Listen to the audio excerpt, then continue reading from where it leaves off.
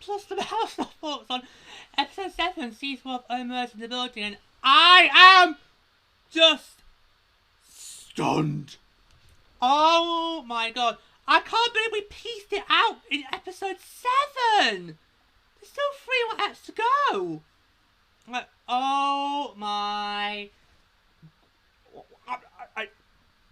I'll tell you what, there was a lot of audible gasping and live reactions from me when I was watching that episode, because oh my god.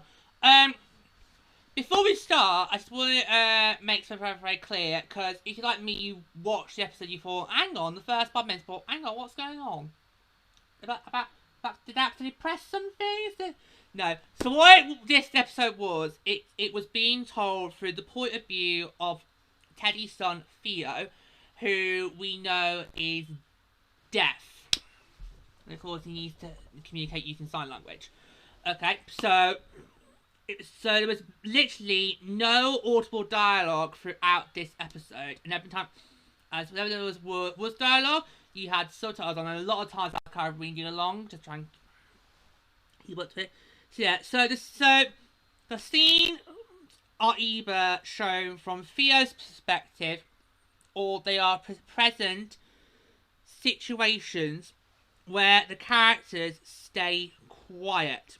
Like, for example, in Charles and Jam, when they're having their little date. That was lovely. They were just silent the whole way through, which is probably good, given how the last time these two fared when they were on a date. But that was kind of lovely. It was a nice romantic setting, and these two seem to be blossoming really, really well. It's all lovely.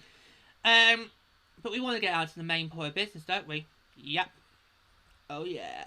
So, throughout this episode, Teddy's son Theo is basically spying on our trio. Now, I did wonder at some point, would we maybe get somebody relevant to the case keeping tabs on our trio? And lo and behold, here we go. Because remember at the end of the last episode, the suspect board now moved to Teddy, and I was like, no, it can't be Teddy, it doesn't make sense. Last watch this one, I'm like, it's Teddy! Literally, as we're going, literally the episode going, I was like, oh no, it is Teddy! Oh no, it is Teddy! Oh, I don't have to feel about that. Oh no, it's Teddy! It is Teddy! Oh no! Oh my. Anyway, yeah. So Sophia's been keeping tabs of our trio. Takes photos of the trio's suspect board, and obviously tells Teddy, right, they're on to us. This podcast, they're now knowing us as the suspects. So let's hold on a second. So Theo now listens to the podcast that Teddy has been sponsoring. And Teddy was a bit surprised, like, what, you know this is the podcast? And Theo's like, fuck that! Are we suspects? How much do they know? It kind of goes a bit like, you know, sort of mafia crime boss, like, right, right, how much do they know? Do they know it's us? How do we bug them off? You know, it's like, and so for me, the cogs are like, okay, are these two in bold? Are these two connected? Oh my. I'm just speechless. I'm just speechless. But yeah. So Teddy's like, no. Teddy's trying to put Phil on. No, about this. I've got Arbor right in my pocket. I'm not gonna. I love it so much. I'm not repeating that bit. Oh god, that was rude. Dirty, Teddy, dirty. But of course he does, for your let's say he does utter the infamous line we get, which of course is, keep your friends close, but your enemies closer. That is the sign where you know something is up with said character. So I'm sorry, I naturally now am convinced about Teddy being the suspect. But he gets ruled out. Well, sort of. But anyway, come on. So they then basically Charles and Mabel breaking in to Teddy's flat. They discover a secret room. So, secret room! And then they investigate later on. It turns out Mabel does the investigation while Charles on his date, right? A lot of this was really confusing because a lot of the scenes were very dark. Now, I really did love how they managed to do this episode. Cause it could be, because if you're gonna do this for the point of somebody with a disability, and as I know, being a disabled person, you've got to get this right.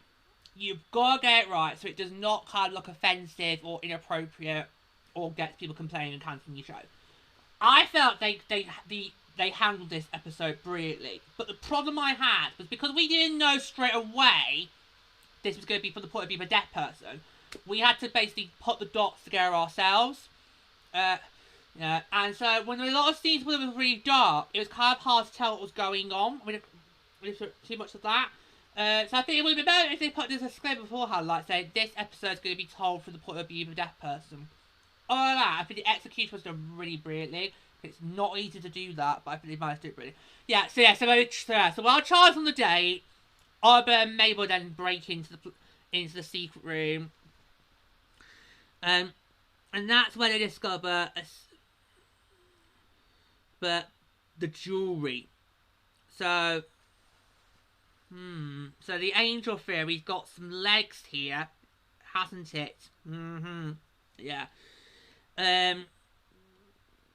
But, I can't believe this. Is Teddy Angel? Is he Angel? Or is it Theo? Because Theo seems very, very agitated about this. So I'm thinking, is he Theo and Teddy's the underling? I just don't know. I'm just so confused now. I really am. Yeah. So it gets a bit more morbid because what we then get is Theo's working at this funeral home and he's basically stealing items off the bodies. Oh my god. That is just... Talk about desecration. But, he spots Oliver Mabel. Ah! They managed to make the getaway. So, they managed to get out of there before Theo can get to them. And then that's when we then get to the flashbacks. I'm doing a lot of recapping this episode because obviously, with it being told through his point of view, and with a lot of the scenes being done in pitch dark blackness, it's kind of hard for me to got some thoughts bumps. We're doing a lot of retelling here rather than thoughts. Hopefully, normal service will resume on next time. Anyway, right. So after Oliver get away, this is where we get the bombshells. We then get flashbacks. We flash back to that fateful night of Zoe's death. It turns out that Theo has had a crush on Zoe, who communicated with ASL. Oh, there's a really great scene where he was taken aback by the fact that she knew ASL, which of course is American Sign Language, and then feelings developed, and he really falls for her.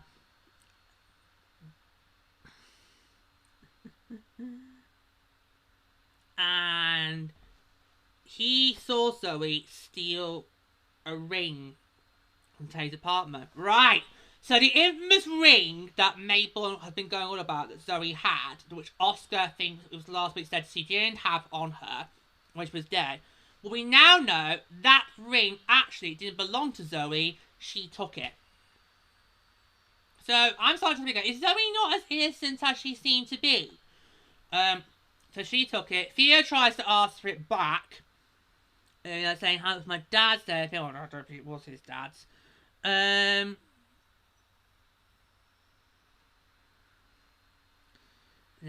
And then it gets a bit sort of bit confusing because, like I said, this is done in pitch black. Because it then looks like they start snogging. Then it looks like they start doing hanky-panky. Then it looks a bit like Theo's raping her. And then the next thing we know, Zoe's dead. So, I've got no clue there. It feels like a smash and bash. But that's but it's a horrible kind of smash and bash. Because it's smash, attacked, bashed. No, it was very pitch black. I was trying to, and for me, it was someone's visually impaired. I was trying to, I'm only down already. It's like, don't make it even more worse for me to try and work out what's going on.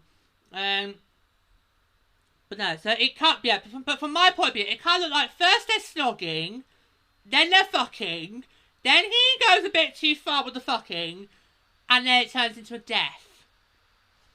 I've got no clue about it. Anyway. And then it really then cuts back to they're in the apartment and Teddy's like, right, I've got 3 questions. And it isn't too long before we put 2 and 2 together. And we find out that Theo did it. Theo did it. And I'm like, oh.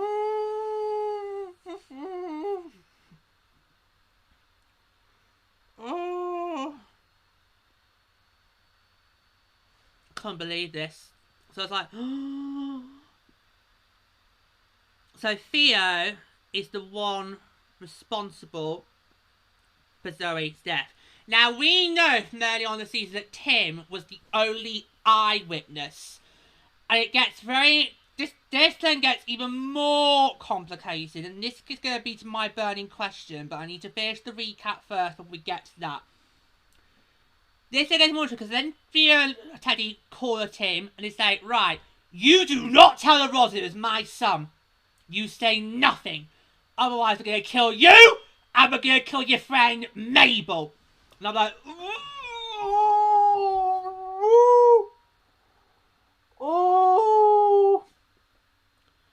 So, I think we can sort of put together now why Tim did what he did. Because he was protecting Mabel. Couldn't give a fuck about Oscar. But like, oh. So hang on, does Tim now have a crush on Mabel? Oh my god, it's like, can't keep up, it's like Love Island. Can't tell who's shagged up with who, what showman's left, right and centre. Oh, I mean, I don't... Just for the record, I've only watched 1 season of Love Island. Don't watch it. Shite.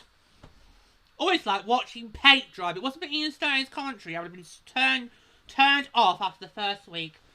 Oh my god. I do not get what the fuck it's about. Just watch Big Brother. That's a proper reality show. That's not fake. Anyway, but it just kind of felt like that. Like, see, it says this. Sophia fancies Zoe. Tim might fancy Mabel. Oscar said, I can't keep up with it! Oh. Yeah. So, like, I'm just like, oh my god. And if my jaw wasn't really dropped before, it was now.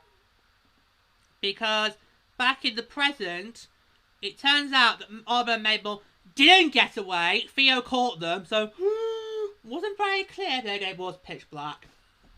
But before they get captured, they managed to send out a message to Charles by text. He's got a text! Everybody, Charles got a text! With them saying the password to beat Tim's phone might be Theo. Because remember in the last episode, Mabel was given the phone, but they needed the password? Well, they now think it might be that. So they're now starting to put the piece together, but I'm like, oh my god. Oh my god. I just can't believe it. I cannot. So, oh my god. A lot of bombs got dropped on this episode. And I'm literally just scrambling to pick up the pieces. I mean, I think it was very well executed how they did the episode. Managed to take it from the point of view of a deaf person. Really well done. But the problem was we had a lot of pitch black scenes, and that really did not help. If you're going to do this, you need to do it with lots of bright scenes, not pitch black. all the damn time because we can't work what's going on. I'm surprised it didn't get my phone and just started shining my torch on it over the screen. That might have been better. I mean, I know that. I mean, you know, like what Jenny did on Gogglebox when she was watching Line of Duty. She did it once. Or was it Game of Thrones? It was one of those. Like, oh, can't see. And she actually did get a torch and shot on the telly. I was like, oh. But yeah.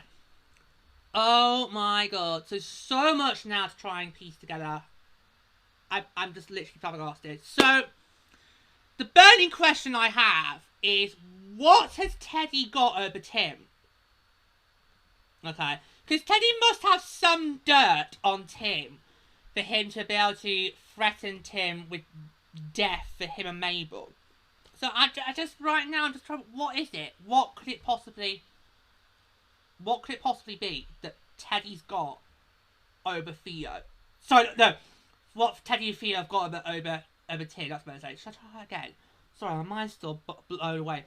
What has Teddy and Theo got over Tim to stop Tim from basically telling the truth?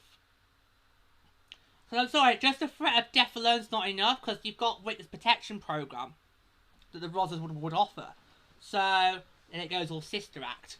So, there's got to have been some dirt that Teddy's got on Tim in order for Tim to stay quiet. So for me, that is my burning question at the end of this episode. What has Teddy got on Tim?